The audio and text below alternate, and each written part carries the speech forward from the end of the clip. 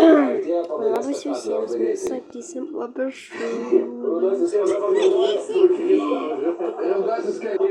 Aš kažką padarysiu ir parodysiu, ką aš nupiešiu tokį pavojingesnį, kol jūs pamatysite.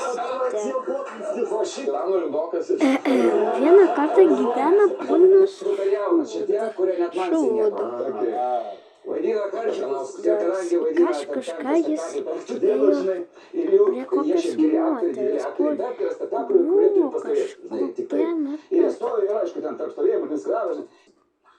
Ponas Šūdas su Dievo musyte įsimylėjo ir apsikapojo. Tada Ani kažką darė.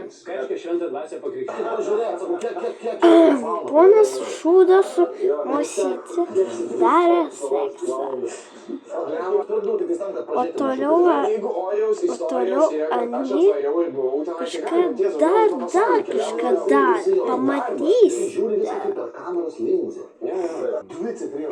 Ponas Šūdas su musyte apkakojo kaip šotukėlį. Pamatysit, kaip mėsą padarė.